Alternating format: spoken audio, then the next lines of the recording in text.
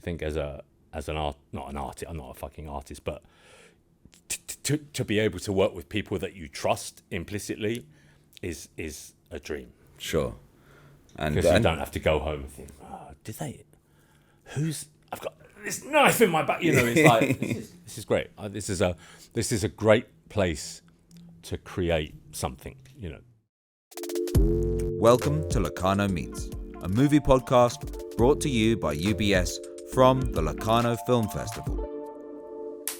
Nick Frost is the British actor who rose to prominence with the beloved Cornetto trilogy, directed by Edgar Wright. He joined us in Locarno to discuss his new film, Timestalker. Nick, thanks for joining us. Thank you for having me. Timestalker. You're in Locarno's show, Timestalker. It's a great film. I really, really like it. It's a comedy. It's a time travel movie. It's a lot of things. But you personally have some scenes in it which are truly terrifying. Do you like playing a villain? Do you see your character as the villain? Oh, yeah, look. Yeah, he's a horrible pig. I said earlier to someone, he the first time you see George, he's a dog, like an actual dog, and then he gets worse. He just becomes a monster. He becomes a beast, you know. Yeah, it's so much fun being able to show people perhaps the monster that's inside all of us at times. Do you know what I mean? Sure. It's so much better than just being like just a mere kind of vanilla character, you know. He's horrible, you know. And there's an amazing scene where I get to burn all her books. Yeah. And just I saw some of that stuff. I was like, oh, what a horrible man. He's absolutely awful. But you know, you shouldn't like George at all. But I think Alice has done such a good job of trying to make everyone, you know, what fixes George at the end is her love and empathy, even though she should not love him or empathize with his needs at all, you know. And it sets him free. It lets him go, you know. But it takes 500 years to realize that, you know. And I think I'd like audiences to leave the you know, the screening tonight and think, oh, he was all right, actually. But in fact, he wasn't all right at all. He was horrible. But, you know, like lots of horrible beasts, maybe all they need is a little bit of love and sympathy, you know.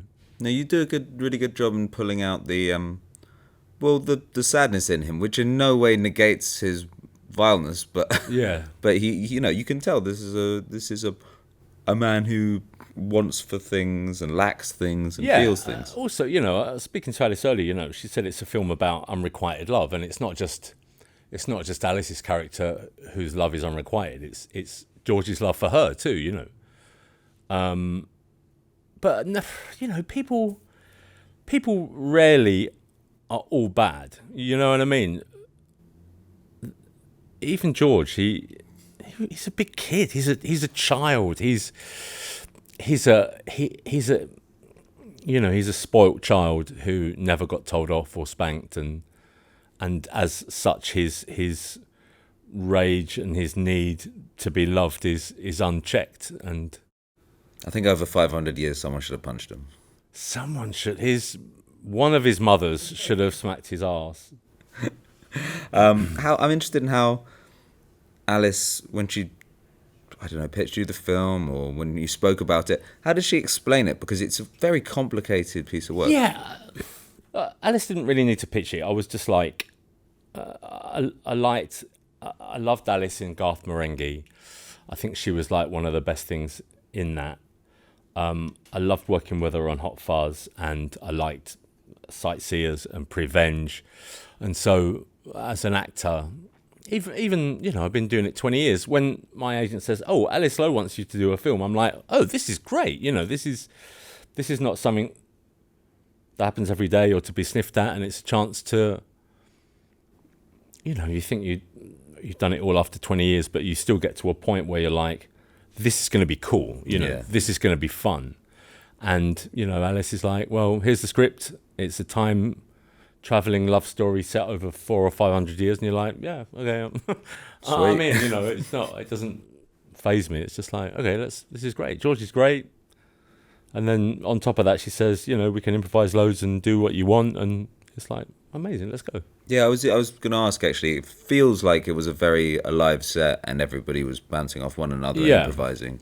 Yeah, look, I mean, the script's so good anyway that the script is always honoured by, multiple takes of what she's written, and then you fart around. Yeah, depending on if there's time, and it's like, okay, let's do a few, or can I try this, or it's nice to be able to have a little voice to say, hey, can I try something else, and she was very collaborative and always very generous creatively to be able to say, yeah, do what you want, And does it, with a role like George, who, I know we just spoke about his humanity, but is pretty intense, does it help to play that role with a director who you know and you inherently trust? I wouldn't find... You wouldn't find it a problem? No, because I'm not... Often I'm just on my own, trying to work out what I'm going to do, and so no. I think the answer is no. I'd be the same, unless I hated them. Yeah. And then I'd weirdly there's a part of me that wouldn't want to do it in front of them. Yeah. Do you know what I mean? Yeah. I'd want to dig my heels in and be a bit of a dick. Your generation, What do you mean? You're the generation. I was gonna elaborate. Okay. I was gonna elaborate. I think we're pretty similar generation, but we you're about 10 years older than me. That makes us the same generation. Okay. I'll take that. But obviously you came up with Space, but around that time as well, you get shows like Boosh and Garth Marenghi, and these are all shows that wear their love of pop culture on their sleeve. Yeah. And in some ways, I feel like this film shares some of that. You can tell that she's not into kind of hammer horror or something like that. Yeah. Was that something you guys discussed? No, I mean, no. Look, that's for Alice to enjoy and to take, her cultural touchstones into the writing process and then into the, the process of making the film. But obviously, you have conversations with your director, with Alice, and she's like, oh, well, this is this, or, sometimes you're on set and she'll say, oh, look, this is a reference to this, and she shows you on the phone. It's like, oh, this is great, and it's. I think also what she did really well was, she invented, her and Ryan, the DOP, in terms of the way they lit the shots and the lenses they used. They created 5 very separate different worlds, which to try and do in 20 days with the budget is really pretty cool, Yeah, it kind of feels like a theatre production. Yeah, and it felt like that doing it too, big wides with what's the word, with like I can't even think of the word, but yes, especially when we were doing that dance sequence and the big mirrors were everywhere, and you could look at it and think this is kind of whack, but it wasn't. It didn't feel like that. It felt like a theatre production. So part of you as an actor was like, okay, this is it. Let's go with this. This is fine because it's going to look like this and it's meant to look like this. So you forgive the kind of whackness. But it's like, I don't think it's whack. I think it's weird. Yeah, right. And I think that what's so nice about it is that it kind of sits in a lineage of eccentric. I also think people could just go with it. It doesn't. People are not like, oh, this is really. They're like, it's just kind of how that is. How that scene is. Yeah. And also because there's, I think you're right about the way it's shot, the way it's coloured, all of that stuff. There's such a coherent tone of the movie that you accept any kind of bizarre left turns, and there are many. Yeah, agreed. Yeah, and that in itself, I think, is a challenge, is a skill. To be able to make an audience feel so at home with something which is so weird that they will just go with it. That's a skill, I think. Did you have a favourite period to play in? Well, the kind of main bit, Mad Regency George, I think to say it. He was fun.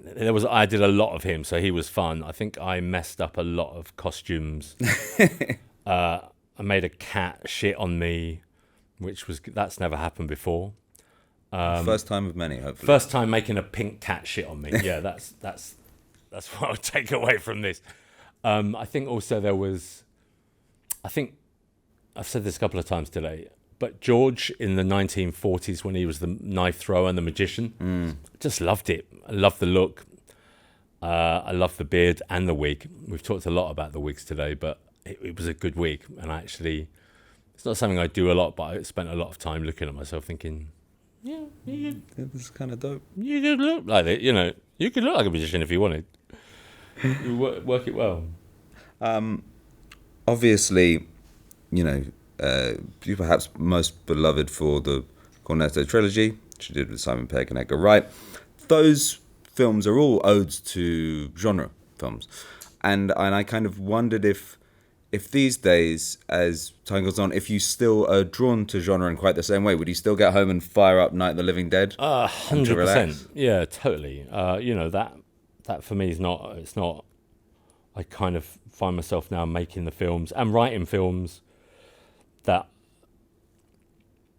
12-year-old me would want to watch. Do you know what I mean?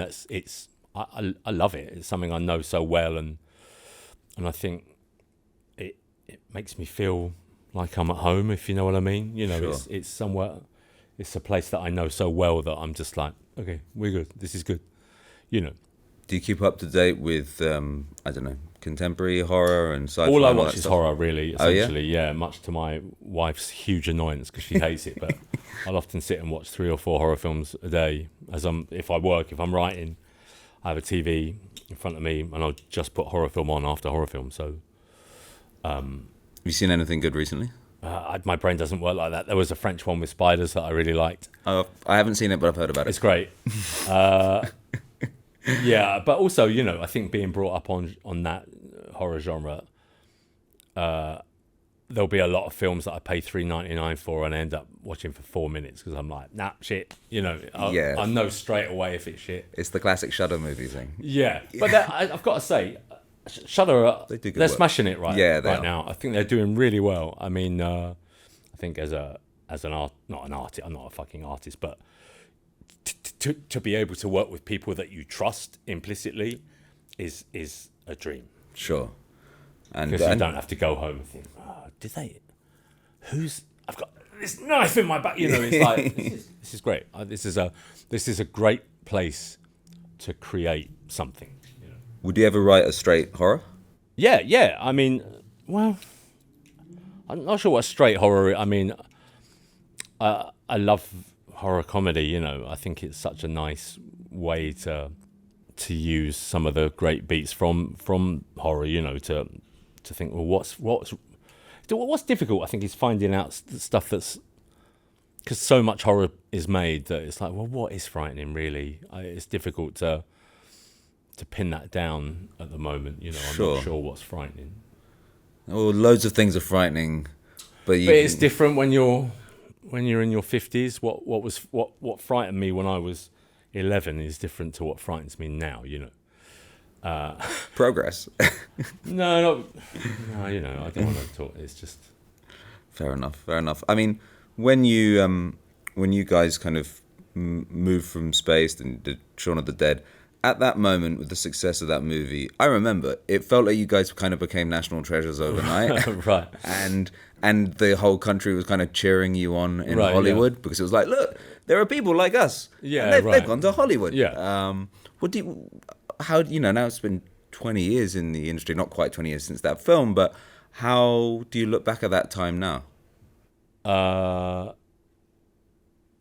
Look, I mean, what a springboard to a career, I was so lucky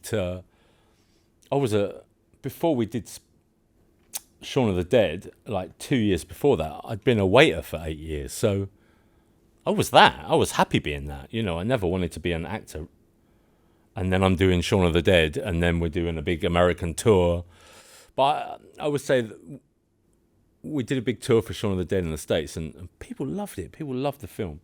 But then when we went back and did the same tour for Hot Fuzz, only at that point did you realise how big Shaun of the Dead had been, because the venues became, 4,000 seat cinemas instead of 200 seat cinemas. Wow. And every time we walked into a cinema to introduce it, people just went bonkers. Was it scary?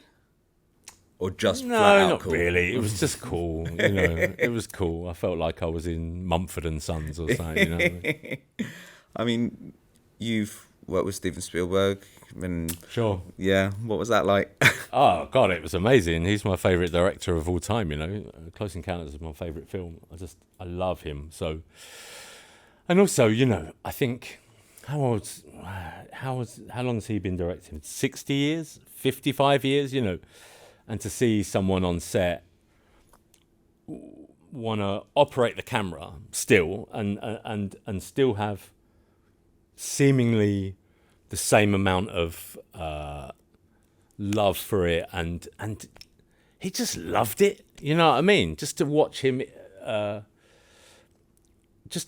shooting a shot, and he'd put the thing down, he'd say, "Great, that's in the movie," and he'd say things that you never hear on an English set, like "print." It's like, what are you printing? It's all digital. Print that. And you know, he was so generous, and he loves to chat. You know, so whenever we weren't working, me and Simon would come and just stand behind.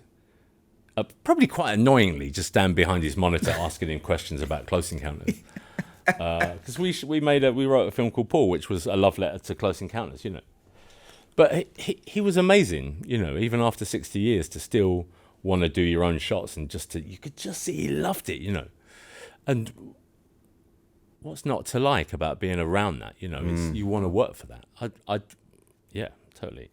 A lot of the British comedians you came up with, obviously you and Simon, but Richard Ayoade and Joe Cornish and Stephen Merchant have all gone into cinema and all gone into America. Is there something, I don't know, that the British comedic aesthetic can bring to America that they don't seem to be able to produce for themselves? No, I don't think so. You know, I mean, you know, they do fine without us. Yeah.